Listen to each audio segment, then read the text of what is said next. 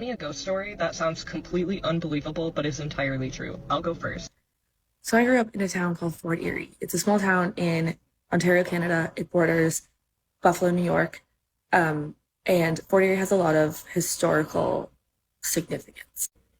So Fort Erie is a small town where nothing much happens now. But historically, it's a perfect recipe for some paranormal stuff to go down.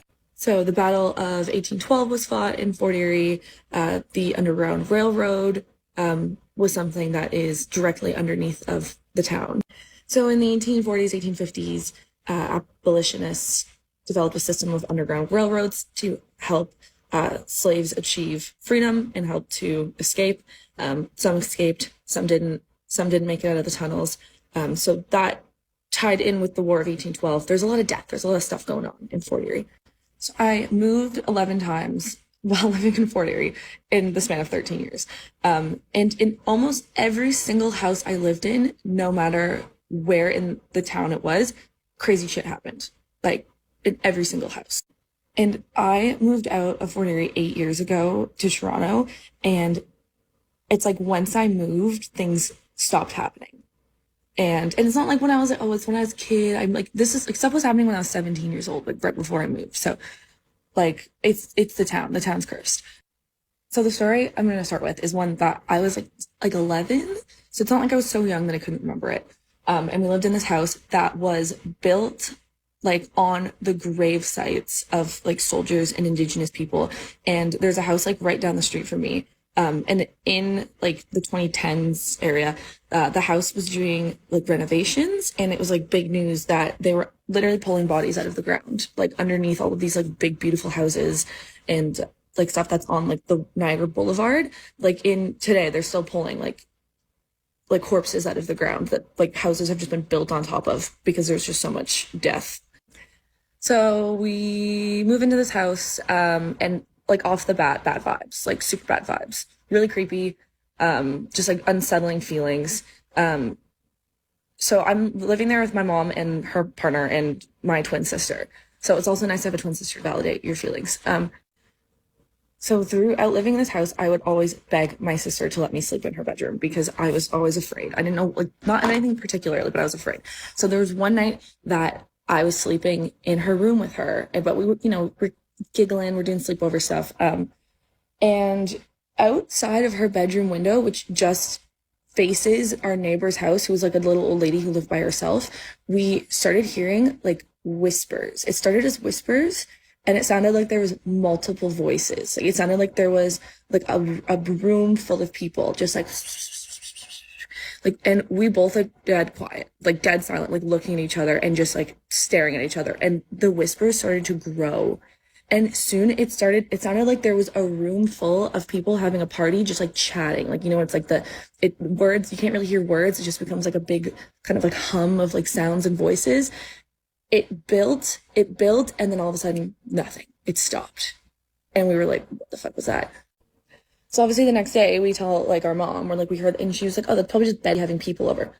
Mom, why is Betty, our 85-year-old neighbor, having people over at night at a huge party? So she talks to Betty. No people were over. No people were over. So that's like weird, but we're like, maybe Betty did have a party. Couple weeks later, my sister's bedroom, the same bedroom. We'd had puppies, so we let the dog out, and my mom was like, go close your sister's bedroom door so he doesn't get in there and tear stuff up.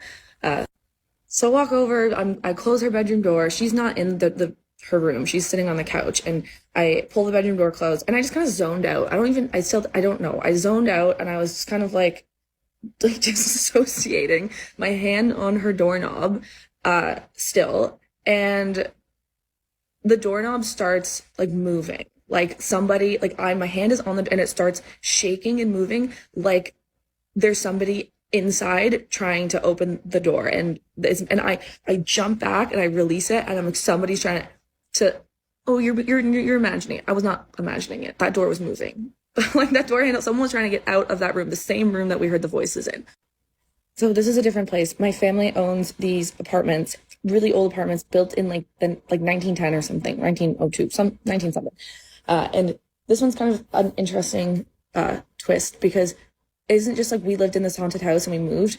everyone in my family, my aunts, my uncles, my cousins, my brothers, we've all lived in these apartments at different times throughout our lives, like without each other. Like, we all have our own stories.